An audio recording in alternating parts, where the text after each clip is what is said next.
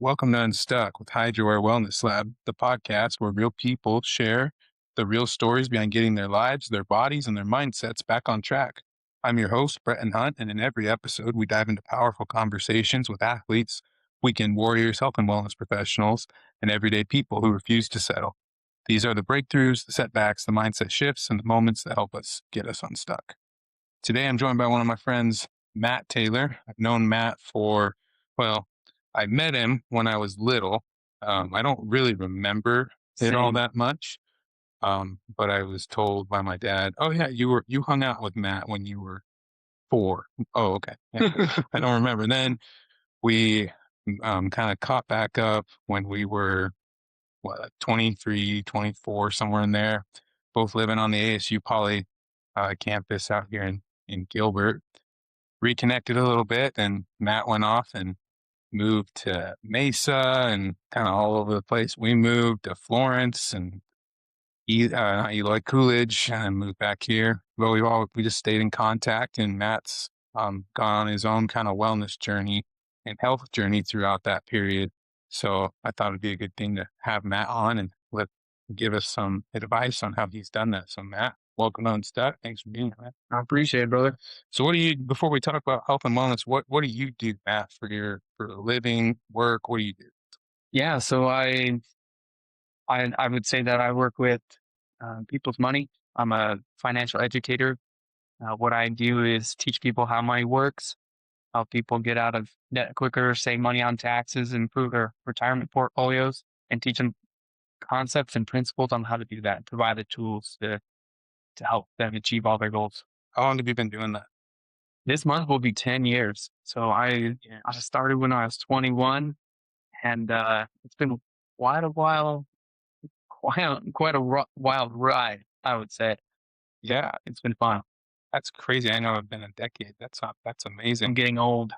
The ripe old age of 31. Hey, I'm right behind you at 30, but we're getting old. So at 21, what made you decide finance? That's what I want to do. Yeah, so a little bit my story behind that was I served a 2-year mission in Chile, and my last question to the leader that was over us missionaries was about money. The church had rolled out a self-reliance course, and they tested it on us before they rolled it out worldwide. And so it really jogged all the things that I wanted to do, thinking about like debt and what I wanted to do financially in life and career and all that stuff. And it started making me think about things I hadn't thought about.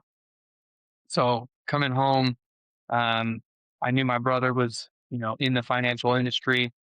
And so I reached out to him, and little by little, he started training me, worked with me. I became his client.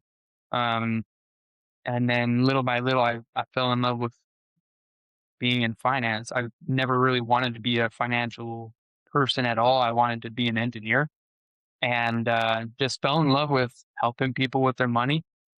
And so I switched gears. I went from an engineering background at ASU to business and finance, and you know, uh, now I run a financial firm. There's probably 20 of I run a team of 25 people, and in 5 different states, helping families all across the United States. That's awesome. That's great. So are you out on your own now? When I last I talked, you were still working with your brother. You and him still working together, or you? No, no, we separated about 2 years ago, a little over 2.5 years ago. So I'm on my own thing. Dude, that's awesome. Congrats on that. That's a good accomplishment right there. I wish you luck on in that. Yeah, All right, let's get into health and wellness a little bit. So sure. when I met you or reconnected with you, I would not have said, "Hey, Matt is out of shape. Matt just doesn't take care of himself." You looked good. You were healthy, and I then had a little less hair, a little less hair, no beard, no long hair, wrinkles, and all the other stuff. but you were a healthy guy, I would say. And then, we go off and do our different things. And all of a sudden I see Matt on social media is posting 75 hard pics. And I'd never heard of 75 hard. I don't know what it is. And I looked it up. Oh, okay. He's doing a little health thing and getting in shape and all that. Okay, good. Good for Matt. That's awesome. And then Matt does it a second time. And then he does it a third time and a fourth time. I think this, I've counted just from me in my head. I think this is your fifth or sixth time doing it now. It's I've done it twice a year for the last 5 years, so I believe this is my 10th or 11th time. Okay. So that's a lot. I'm a little Okay. crazy. So what prompted that? What was it that in your mind said, I mean, I'm gonna do this? Yeah, so, um, I I started on my health journey. Unfortunately, on my mission, I got really sick, and I had issues with my stomach. I was actually bleeding out. They sent me home to the States because I was in Chile. I After a couple months, they sent me back. I healed quickly, but since then, in 2014 to about 2019, I had stomach issues and never really like I would eat food and I just didn't have a good relationship with food. And I'd literally I'd eat food and then I'd run to the bathroom. Like I just had so many issues, which is a little TMI.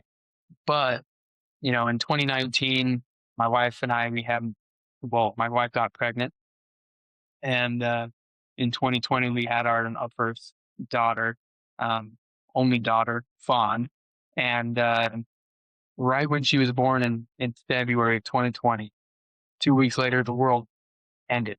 Right, Yeah. it shut everything down, and I was listening to a podcast, Real AF, and learned about 75 hard, and I was like, you know what, I'm I would say I'm a little chubbier than I have ever been in my life. I was 210 ish. I think my highest was like 208, and I'm like, man, I'm fat. I've been like 160, 170 pounds my whole life. And so that was a little insane to me. Too much talk about. Okay. and and I made the decision like, hey, I'm a father now. I have I have reasons to live long. And I caught the idea of, let's see how this 75 hard works.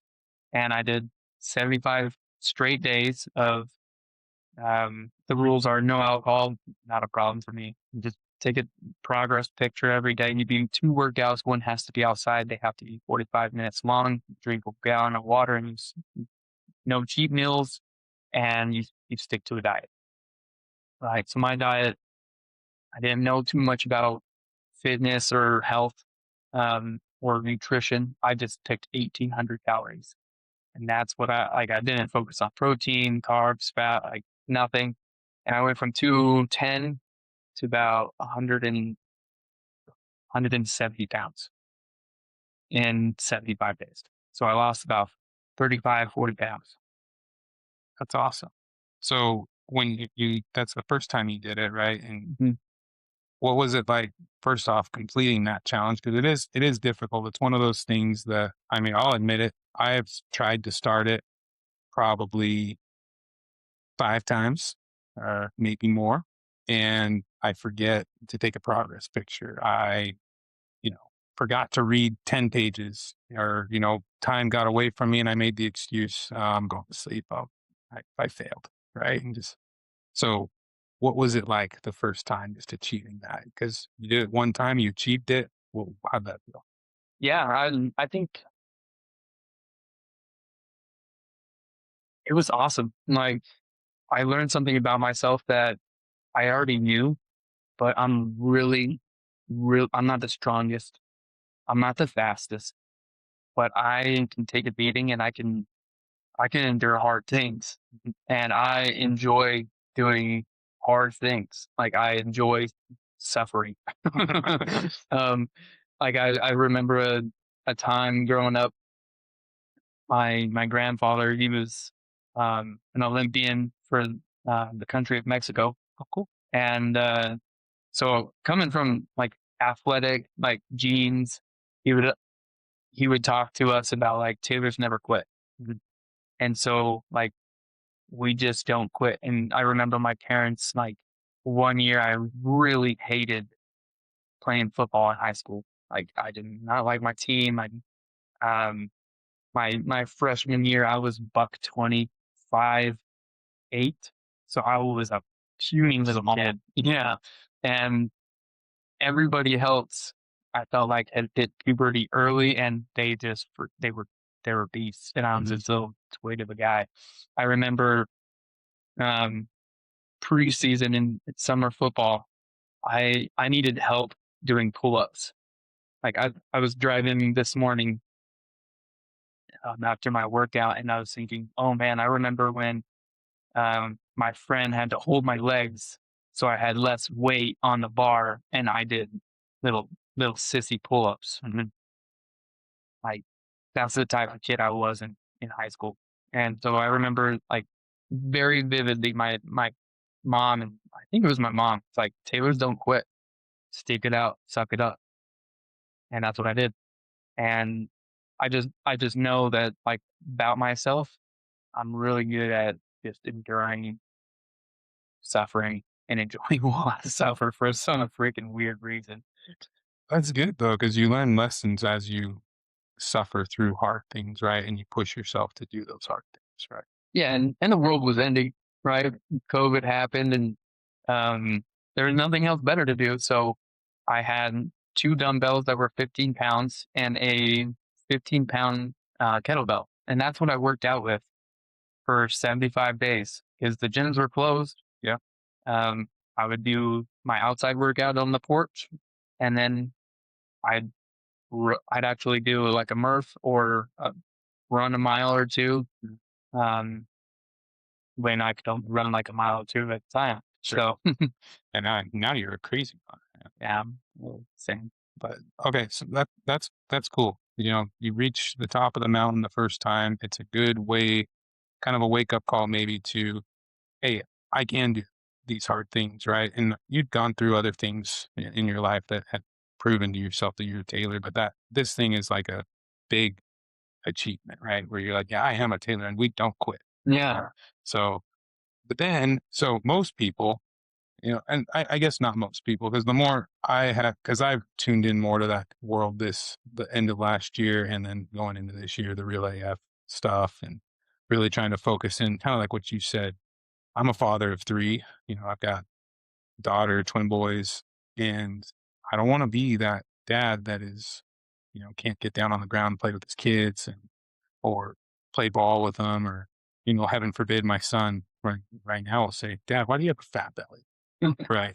And I don't want to be that dad in high school. Oh, which one's your dad? Oh, that one over there, you know, can't even make it up the bleachers to watch me. He has to sit over there in a lawn chair or something, right? yeah. And I don't want to be that. My family's got heart issues, like history of that and stuff. So I've just been really tuned into that world. And I've kind of learned that most people, they do it, and then they, like you do it, they do it, you know, multiple times throughout the year. But what was it the first time that you decided, okay, I'm gonna do it again? Why did you decide to do it again? Ooh, that's a good question. I think the second reason behind doing 75 hard was um, the fact that if you fail any of the tasks every day, you have to start all over. And so I think momentum is really hard to get right with your diet, with anything in life, in business, fitness, like you have a workout routine. It's hard to build that momentum when you haven't ran for a while. But after you run for a while, like it's just running at that point. Like you've got that momentum. And I had felt that areas in my life needed to be improved. And I knew that 75 hard worked so well for me. And I just felt like all the gears were running the right way that I just wanted to do it again so that everything's clear. Because not only does when my fitness is on point, my diet's on point, my relationship with my wife, my kids are on point, business is laser focused because I have, like, right after this, I've been busy all day. So I'm going to, I'm going to get done here. I've got a couple hours of work to do to finish stuff with clients. And then I've got to go to outside workout. It's been raining all day. I hope it does rain because that would be even more better. But I'm probably gonna run 4 or 5 miles tonight at 10 o'clock at night. Mhm. I guess that's what I do. But like everything's timed out throughout the day to where I get everything done and it becomes a lifestyle. I'm better on 75 hard than off of 75 hard. Interesting. So you would say it's kind of morphed into like this is how I live. This is part of me now. It's not just a challenge that I'm doing to, you know, gain a social following or whatever. This is who I am now. Yeah, exactly. Dude, that's really cool. And how would you say each time that you do it, what changes each time? Because I'm sure if nothing changed, even if it was a part of your lifestyle, if nothing changed, why keep doing something, right? So, what changes do you notice each time that you complete it, or what do you change each time going into doing it the third time, fourth time, fifth time? Yeah. I I changed things up to where like different like workout routines or different diet plans. Like there was probably 2 years where I was on practically a carnivore diet. Mhm. I don't eat vegetables. So if you guys like vegetables, I'm not your guy. I think vegetables belong on tacos and hamburgers and that's it. Salsa, I guess. Um, but fruit and meat is like 90% of my diet. Um, but switching up the diet, like last time at towards the end of the year in like July, August, and September, I believe that I did it. We had a group of people. It was the first time I had a group of people that my friend and I were kind of leading this charge, and it was multiple states of people doing 75 hard. There was a Brazilian lady out over in Texas that killed it. And I freaking love seeing her posts every day. Just her going in and killing it, and her business is doing so much better because of it, and her health and everything else in life. And then like this last time, I wanted to bulk, and so I put on a couple pounds of muscle, and I bulked up. And this time, so I started January 1st. This will be my 10th, or I believe it's my 10th, but I'm doing a Murph every day for 75 days. I was gonna ask you because I noticed, Murph day 7. I was like, I saw you do it the first time. I was like, oh, that's his welcome to the start of his 75 hard workout. And then I noticed every day. So I was gonna ask you, it's an everyday thing. It's an everyday thing. And going back to my story in high school, right? I couldn't do a single pull up by myself. And now, like, if you look at my hands, like, they're torn up. I've done 800 pull ups with a 20-pound vest for the last 8 days. So it's a mile run to start. It's a Murph with a 20-pound weight. Then you do 100 pull ups, 200 push ups, 300 squats, and then a mile run to finish. And you're supposed to do it as fast as possible. And it freaking sucks. And so my hands, this one ripped pretty bad today, but I've got I've got a couple more days, 68 more days to go. I That's crazy. That's awesome. Though. I have no doubt you'll get that done. hope so. But that's great. So yeah, I'm on day 4. It's my fourth day. I think the Yep. most I've made it to is 21, and then I forgot to take a progress picture. I think I texted you that, Yeah, but I remember. I was pretty I upset. think you started with us back in I July or did, August. yeah, I did, and I was so upset. I was going good, and then I went to bed and woke up the next morning, went to take my progress picture, and day day 20 is missing. You got to be kidding! And I was like, you got to be joking. And then I got frustrated, and The amount of times that I've done that, oh man, it's I've completed it mhm. 9 times, but I've definitely failed more than 9 times. So what do you learn in those failures then? Like in the times that you failed, what have you learned about yourself? Um, I think it was a commitment issue personally. Like I was doing it because like my heart wasn't fully in it. on those times. But like this like this last one for this 75 hard Murph that I'm doing, um, I think I was a little too caffeinated and I told somebody at the gym because it was in the back of my mind that I kind of wanted to do it. I wasn't going to tell people about it. And I would think it was a little too caffeinated, so too talkative, Uh-huh. and chatted too many people about it. And then I posted about it, and then now I have to do it. So the commitment issue is usually the thing that makes me fail the most. Mhm. Yeah, I would agree with that. I think just I know going in for me this time, my mindset's definitely a lot different when it comes to it. It's not so much about, well, yeah, I feel like in the past it was more of a everyone does this. It seems to be a good thing, so I might as well just give it a go, right? And if I fail, well, okay, I failed. At least I gave it my, my best shot or whatever, right? But this time it's more of a thing where it's like, no, you need this, right? You need to be committed. You need to be disciplined in your life. Because how else are you going to ask someone else, your kids, coworker, clients, whoever, to be disciplined in something that you can't even be disciplined in something that you say you're going to do, right? I didn't even, so I didn't even tell my wife that I was doing it because I told her so many times that I'm doing this, and she's like, okay, good luck, and didn't do it, and told her again, nope, didn't do it. Okay, well, didn't do it, and so I didn't even tell her this time. I was like, I'm doing it for me, right? I'm just not gonna even tell her. And then last night, I got home from Mutual, working with the young men in our church, and I hadn't read yet, and we got to talking and got late, and I was like, "Oh, I'm tired. Oh, yeah, I need to read."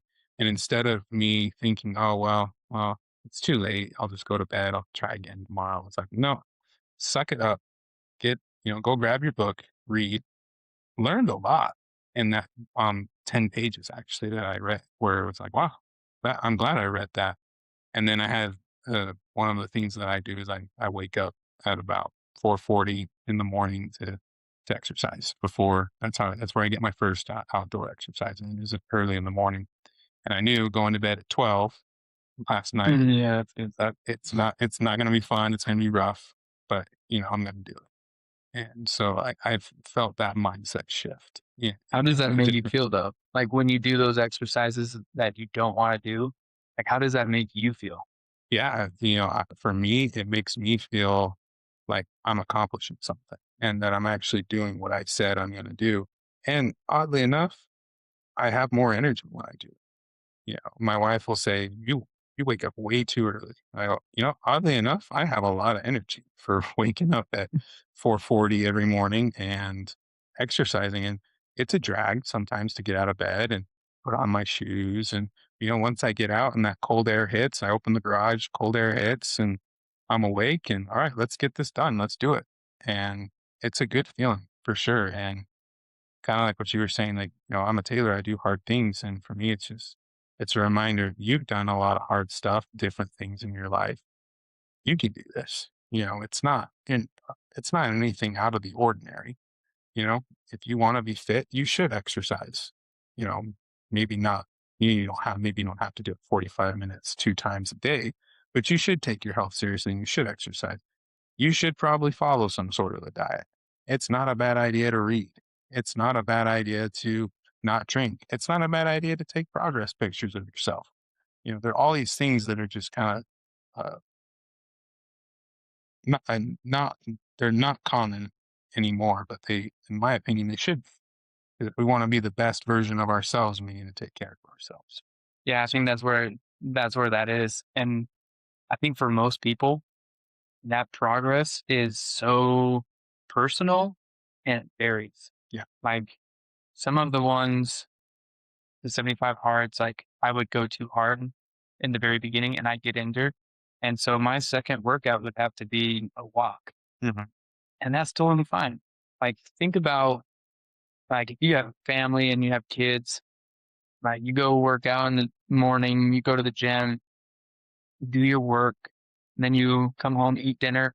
What if instead of going to the couch and putting on a game or, scrolling Facebook or Instagram or TikTok, what if you walked with your family? yeah, Like go do a walk with your family. I my wife and I so my wife just did 75 hard for the first time last year, Mhm. and she killed it. Like, I'd get home at 8, 9, 10 o'clock at night sometimes, and she'd be like, "I've been with the kids all day. I've already used my kids club. I couldn't bring them back to the gym again. I need to go do a second workout." And so I'm walking in the door and she's walking me out because she's got to go do another workout, Mhm. which is the coolest thing to see your wife do that. And like, she absolutely crushed it, and she's doing it again with me. I told her on December 31st, and she's like, "Okay, I'll start tomorrow with you." And so we have it lined up together to do it. And the first couple of days, the routine's not there yet, Mhm. and so we're taking the kids out with us at 10 o'clock at night because we're gonna go do a family walk at 10 o'clock at night for 45 minutes, and the kids love it. They think it's midnight, and it's just fun. Like, Yeah. it's just our family routine some nights. Well, and that's something too that I've implemented, and I think that's a little it's been a different thing for me too, is including my kids in doing that because it is hard, working all day and then coming home and, it's a tough sell to tell your wife, "Oh, by the way, I gotta thank go do a yeah, workout. thanks for watching the kids all day and cleaning the house and making dinner and all the things that you do for yourself too. I'm actually going to leave now and I'm going to go work out again." Right? That's a tough sell. But, just the other day, I told my kids before they went to school, I said, "All right, when I get home from work, we're going on a walk to a park." And they love it And they probably. love it. Yeah. Yeah. And they don't know that it's part of a challenge for me or anything like that. Or for them, it's just like, "Oh, cool. Let's go on a walk to a park and let's go play at the park." And, so it's a family outing. We're building, our relationship, strengthening our relationships. And then it's killing two birds with one stone type of thing. And it's cool because then they see, hey, this stuff's important to mom and dad. My wife, she hasn't done 75 hard, but she's done a lot of other crazy, crazy stuff that's been hard. Yeah, And she's awesome. she's a warrior and she takes really good care of herself. And so I'm the one trying to keep up with everybody. So I've got a long ways to go, but I think implementing that with your kids and teaching them that is super important. So I think that's really, really neat. And kind of building on that, what would you say, how have your relationships, I know you mentioned your relationship with your wife, your kids is more on point when you're doing 75 hard. Well, how has that changed from the first time that you did it to now? How have your relationships with your wife, your family, friends, how has it improved or changed? I think I've That's a good question, man. I think it's kind of cleared out some of the unnecessary waste in life. Mm. Like, I've really dialed in on all the facets of my life that I care about the most. And like, relationships with people are not just like transactional, but like they're meaningful. Like, if you're suffering together, and that's what that was really cool this last year, because now I'm doing these 75 hardest with people. Mhm. And like, when you're suffering together, it's so much like, that's a relationship, right? That's marriage is not like a sacrifice. Like, I really love being married to my wife. Like Mhm. that, but there's life that happens, Yeah. right? And the suffering that life like happens to people when they're married or just going through life, like, it builds them up, and you find out who really cares for you the most. Mhm. That's awesome. So first time you did it, I'm sure there was a lot of support from family, wife. It was just you. I don't think anybody understood what I was doing back then. It was fairly new. It was probably like 5 or 6 months. Okay. Yeah, that's 75 true. hard was very, very new. And correct me if I'm wrong. I'm throwing out assumptions. I'm sure there was a lot of just like, "Oh, good for you, Matt. Yeah, go do it, man. Crush it. We Yeah. believe in you." And then the second time you do it, oh, you're doing it again. Oh, okay, Matt, cool, good job. And then third time you do it, okay, Matt, good for you. Why are you doing this again? Then the fourth time, just okay, what's wrong with you, right? So, Lots. so how do you deal with the adversity of maybe people just being like, "What are you doing, man? You're fit, you look good. Why do you keep doing it?" Right? Like, how do you deal with that type of, I guess, adversity a little bit? Well, then I just look at their lives and I honestly judge them. Like, okay, do I want your marriage? No. Okay, check. Do I want your body? No. You're probably n- not in shape, so check. I'm not gonna take offense there. Or um like being with doing finance. I'm like, do I want your financial situation or your job? No. Okay, check. There's nothing that I want out of your life. I don't really respect people that tear other people down. So, Mhm. at that point, it's just it goes in one ear and it goes right out. Like, I just don't think about it because the people that are the naysayers or try to tell you not to do something that's important to you that betters your life, their life sucks and they're stagnant. Like, there's no growth in their lives. And that doesn't have to, like, you don't have to do 75 hard to have growth in your life. I understand that. That's just that's my cup of tea. But people that don't try to progress in their life, I just don't understand them. That's powerful right there. Just I wouldn't say it's unrighteous judgment in that case that you're doing. It's you're looking at their life and you're saying, "Well, I want your life, and I'm happy with what I'm doing. It makes me happy." Yeah, I love my life. I love my wife. I love what I do. I love tearing my hands apart when I do my 75 hard Murph. And like, I love my kids. I love, waking up Saturday mornings and Odin is like jumping off the wall saying, "Hey, let's put football on." I'm like, "Yeah, let's freaking watch football." Mhm. And that's the time to watch football, and then we can go out back and throw the football. Yeah.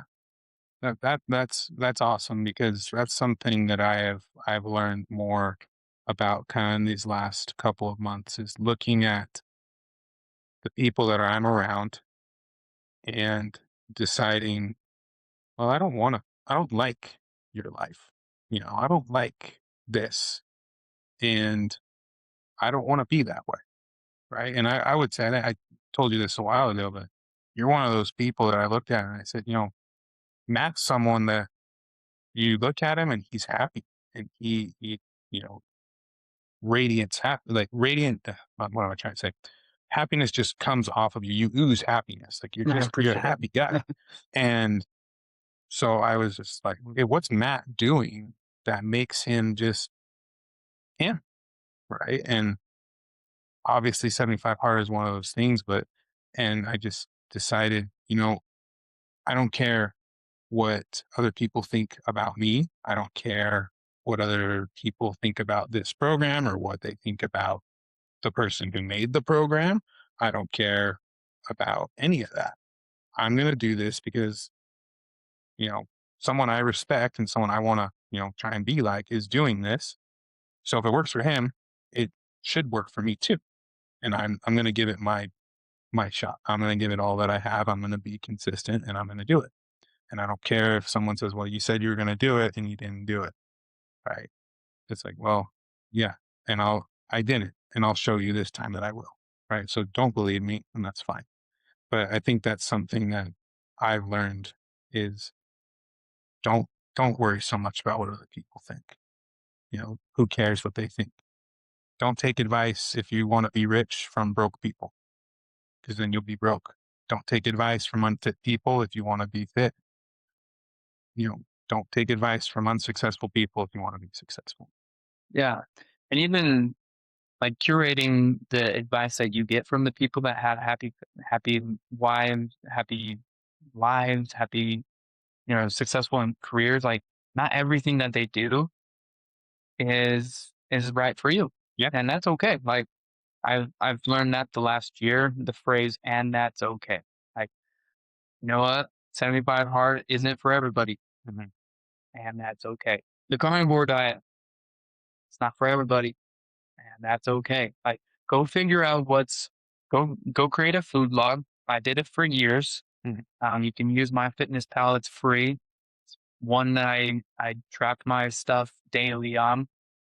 Set your goals, but track what makes you feel good. Mhm. What makes you feel bad, and then avoid the things that make you feel bad. Like, Yeah. don't touch the friggin' stove top and burn yourself again. But, like, I go back to Taco Bell. I freaking love Taco Bell. Mhm. And that's fine, right? Every Just once in a while is okay, but not on 75 not on hard. 75 hard. That's right. All right. So now what does progress look like to you? You've achieved the first time you lost your weight, you bulked, you've got muscle on. So how do you measure your progress now when you do 75 hard or when you're just lifting? Is it the amount of reps you do? Is it weight on the scale? Is it body fat? What is progress to you now? Yeah, I think the progress that I love feeling is during those days that freaking suck. Like, I remember last year I did it. Usually it's the start of the year that I do it, and then towards the end of the year when my habits maybe aren't on track, Mhm. I readjust and then get back on the program.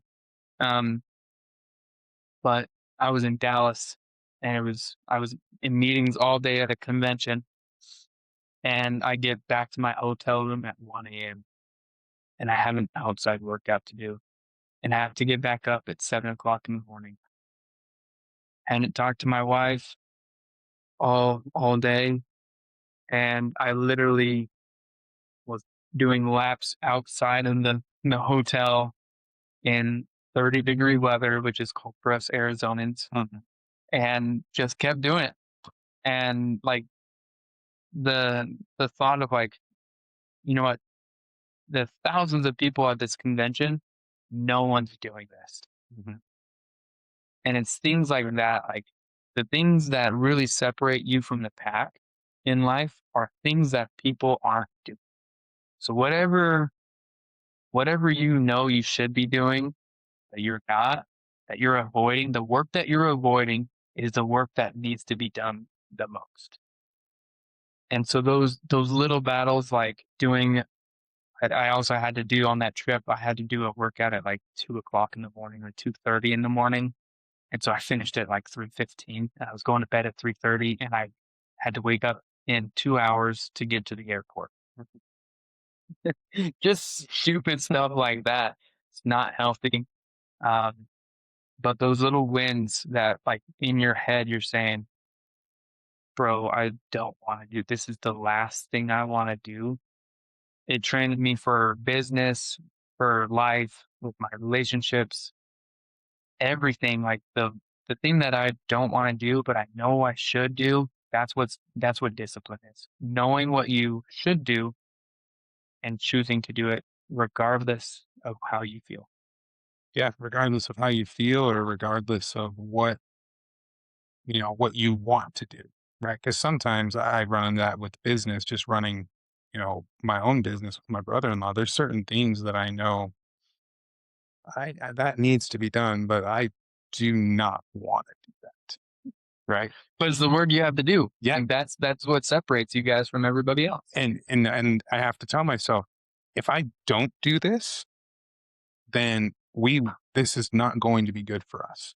Mhm. I may not want to do it, but for lack of a better word, I don't have any choice. I need to do it, right? Yeah, knowing you for all these years, like, you're not one to, post videos or start a podcast, but, No, like, this is a very uncomfortable thing for you to do, and man, I freaking applaud you for doing that. Like, thanks. you're you're someone that I've looked up to as well. Like, you're a great husband, great father. Like, I've seen that. Like, you're a good man of God as well. Thank And I freaking love and aspire to be that kind of a person. Thank you, man. The feeling is very, very mutual. But thank you. I really appreciate that. And yeah, it is uncomfortable. I mean, it is. I am a very just by nature, my family, the way I grew up, we don't post. We're just very to ourselves, like Same. and My family thinks I'm a freaking weirdo, probably. but like I realized like, you know, one, for our business to grow, we need a social media presence, because that's how people look at businesses now. It's not just Googling or, a friend. I mean, there's still part of that, but social media is such a huge thing now. You have to be on it and you've got to be consistently on it. And so it was a tough bullet. It's like, okay, well, someone's got to do it. And it's my job. So I'm going to do it. And I'm going to look silly. And, my wife will say, yeah, your eyebrows were crazy in that last video that you just did. Oh well, right? And there people comment, "Yeah, oh, your eyebrows are on point, bud." Yeah, thank you, right? But you live and you learn. The podcast, same thing. It's yeah, you learn. The first episode was hard.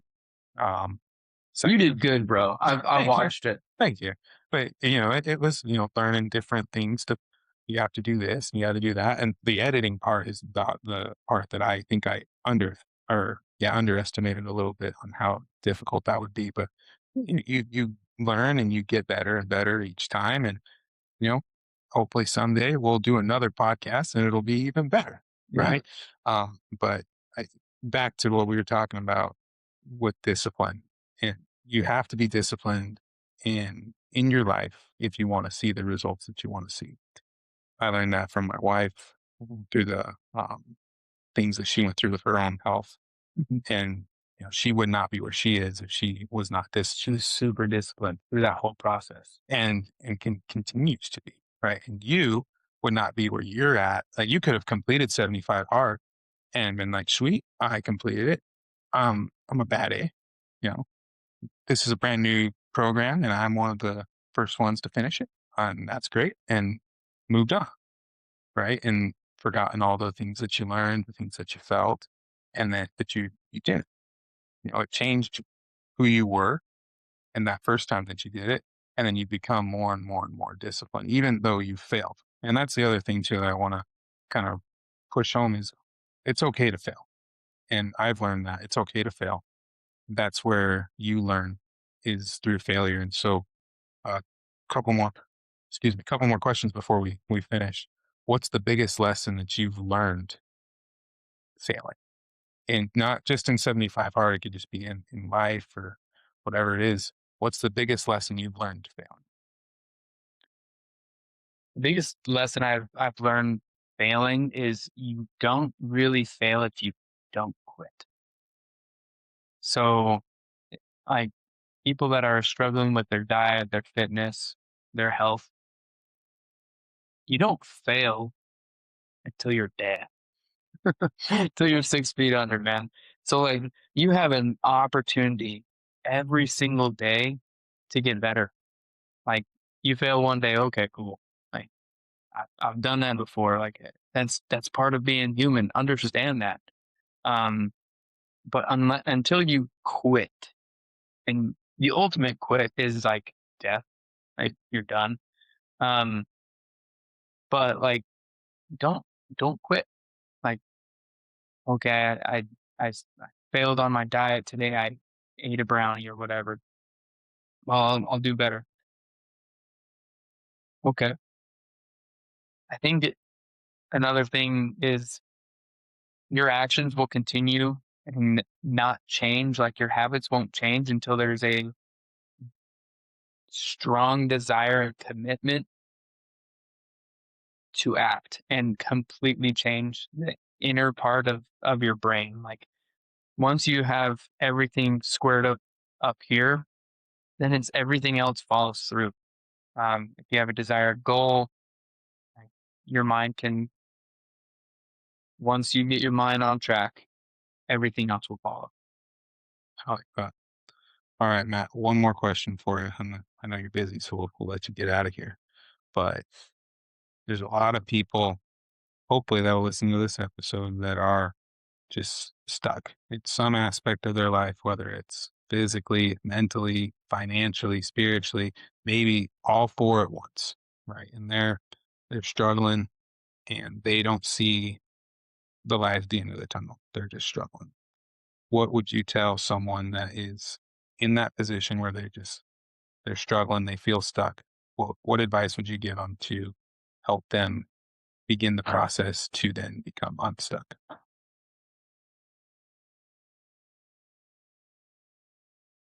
I would say that the first thing that I would tell them is like God loves you. Um, that there's a reason for you going through this, and if you choose, you can make it a lesson so you can teach everybody. Like I strongly believe that like things happen in life for us to experience and teach others through our examples. Like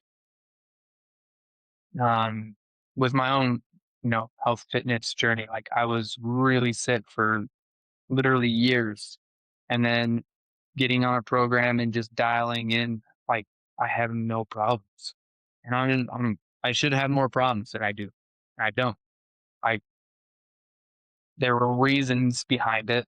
Now when people come to me and they ask me what they should be doing with their health or diet, obviously I work in finance, so I can help people there too. But I know what works for me, and I can shoot out some ideas for them.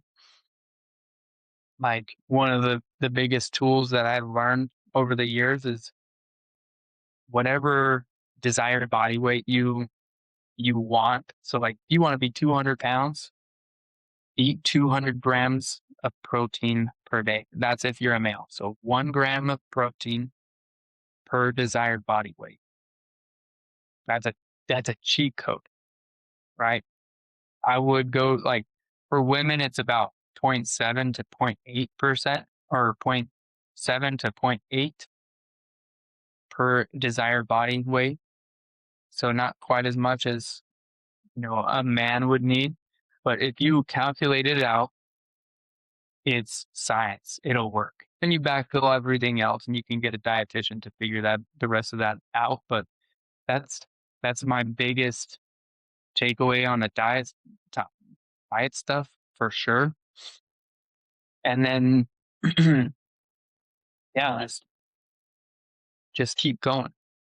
Like I know the world feels like it's probably ending if your health and your fitness and your finances are all screwy and you feel less in touch with God. But if you continue putting one foot over another, like you're going to understand that eventually you're going to look back and understand that it happened for a reason and there was another pair of footsteps along right with you. Everything happens for a reason, man. Yeah. You could probably, like, I don't think there's a stronger case for you being in this position, right, than what had happened with your life, right? You saw firsthand, like, health is so vital, and it could go away like that. And like the way you're positioning, you're gonna help so many families, so many lives, so many people. And that's the coolest thing. Like you guys went through something really hard, and I know like you guys are just a tough family, tough people to where now, and you're good people, like some of the best people I know. You're gonna be able to use that knowledge to bless so many lives, and that's what God uses us for. Well, thank you.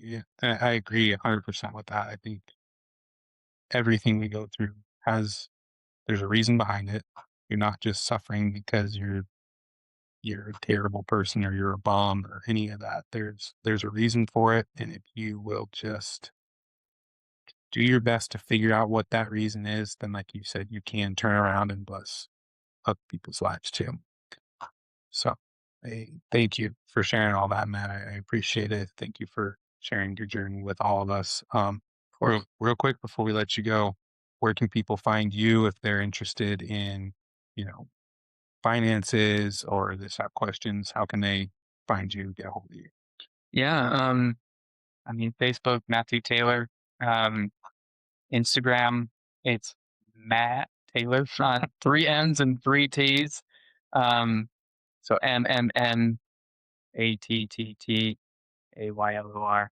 Um, and that's where I post the most is Instagram. So yeah, Matt Taylor. Matt Taylor. All right. If you want to see his hands, he posts some gnarly pictures of his hands when they rip. If you want to follow him on his 75 No feet pics. no No, feet pics. no feet pics. Not free. Dang it. All right. Just nasty hands. I think there's a link in the bio if you want some feed pics. But yeah, we'll follow you on your 75 days of Murph, and I wish you luck on that. And no doubt in my mind that you'll get it. Your hands might be completely changed afterwards, but you know, Yeah, we'll see. It'll be you fun. you will definitely get it done. I have no doubt. But You're the yeah, man. Thank guys, you. if this episode resonated with you at all, please share it with somebody that you feel like could use it or just implement something that you learned in your life or into your own life from this podcast. That's the big thing that I would ask. And if you like it, you want to follow along, just feel free to subscribe and don't miss another episode. But thanks for joining us. I'm Brett and Hunt with Matt Taylor on Unstuck. And remember, progress begins with one step. And we'll see you next time.